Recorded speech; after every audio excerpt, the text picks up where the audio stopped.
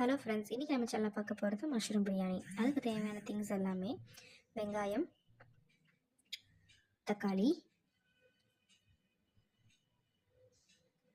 And mushroom, fresh mushroom. So அதை நான் 4 ஸ்லைடாக cut பண்ணிக்கிறேன். ஸோ அப்போ தான் கொஞ்சம் நல்லா பாயில் ஆகும். அண்ட் பட்டாணி பீல் பண்ணிக்கிறேன். தென் உருளைக்கிழங்கு பீல் பண்ணிவிட்டு அதையும் ஸ்லைடாக கட் பண்ணி வாஷ் பண்ணி தான் தென் போடணும். ஸோ என் பையன் சாப்பிட்றனால கொஞ்சம் காரம்லாம் கொஞ்சம் கம்மியாக தான் போடுறேன். அதுக்கு ஒரே ஒரு பச்சை மிளகா மட்டும் எடுத்துக்கிறேன். இங்கே பாருங்கள். தென் இஞ்சி பூண்டையும் கொஞ்சம் நல்லா ஸ்லைஸ் பண்ணிக்கிறேன். ஸோ கேரட்டையும் ஸ்லைட் பண்ணி வச்சாச்சு. ஸோ அடுப்பை ஸ்டவ்வை ஆன் பண்ணி குக்கரை வச்சு ஒரு ஸ்பூன் நெய் ஊற்றுறோம்.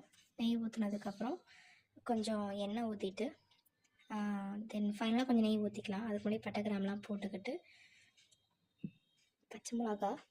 ஸோ இதில் வந்து வெங்காயம் நல்லா போட்டு கொஞ்சம் வதங்கினதுக்கப்புறம் கொஞ்சம் ப்ரௌன் ஆகட்டும். ஸோ ப்ரௌன் ஆனால் தான் கொஞ்சம் நல்லா டேஸ்ட் நல்லாயிருக்கும் பிரியாணி எப்பயுமே. அதுக்கு ஒரு 1.5 ஸ்பூன் கிட்ட உப்பு போட்டிருக்கேன் நான். ஸோ இப்போ வந்து நான் இஞ்சி பூண்டு விழுது போட்டுக்கிறேன். ஸோ எனக்கு எப்பயுமே வந்து இப்போ அந்த சீவி போட்டால் கொஞ்சம் டேஸ்ட் நல்லாயிருக்கும், அதனால் கொஞ்சம் சீவி போட்டுக்கிறேன்.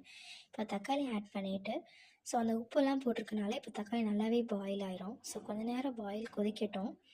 இப்போ பாருங்களேன், நல்லா ப்ரௌனாக நல்லா ஓரளவுக்கு வந்துருச்சு. ஸோ இந்த டயத்தில் தான் நான் வந்து வெஜிடபிள்ஸ் எல்லாத்தையும் நான் போட போகிறேன். ஸோ வெஜிடபிள்ஸ் போட்டு அதிலேருந்து கொஞ்சம் தண்ணி வரும், கண்டிப்பாக வரும். அந்த மஷ்ரூம்லேருந்து தண்ணி கண்டிப்பாக வரும். ஸோ அந்த தண்ணியெல்லாம் வந்ததுக்கப்புறம் தான் மசாலா போட்டால் நம்ம இன்னும் ரொம்ப டேஸ்ட்டாக இருக்கும். ஸோ நல்லா இது பண்ணிக்கணும் கிண்டிட்டு. அண்ட் இப்போ நான் வந்து மசாலா போடுக்கிறேன். கொஞ்சம் வீட்டு மசாலா பொடி, கொஞ்சம் கரம் மசாலா, தென் வரமிளகாத்தூள், இதை 3மே போட்டு மிக்ஸ் பண்ணிக்கலாம். மிக்ஸ் பண்ணிட்டு இன்னும் தண்ணியாக இருக்குது பாருங்கள்.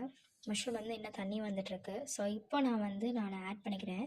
2 டம்ளருக்கு 5 டம்ளர் தண்ணி ஆட் பண்ணிக்கிறேன். ஸோ வெஜிடபிள் வேகிறதுக்காக 1 டம்ளர் எக்ஸ்ட்ரா, 2 டம்ளர் இப்போ அரிசிக்கு. இப்போ நான் தயிர் ஊற்றி கொஞ்சம் கிண்டிக்கிறேன். ஸோ அப்புறம் வந்து கொத்தமல்லி அதையும் போட்டு கிண்டிக்கிட்டு இப்போ அரிசி போட்டாச்சு. ஸோ விசில் விட்டு இப்போ நம்ம எடுக்கிறோம் பாருங்கள்.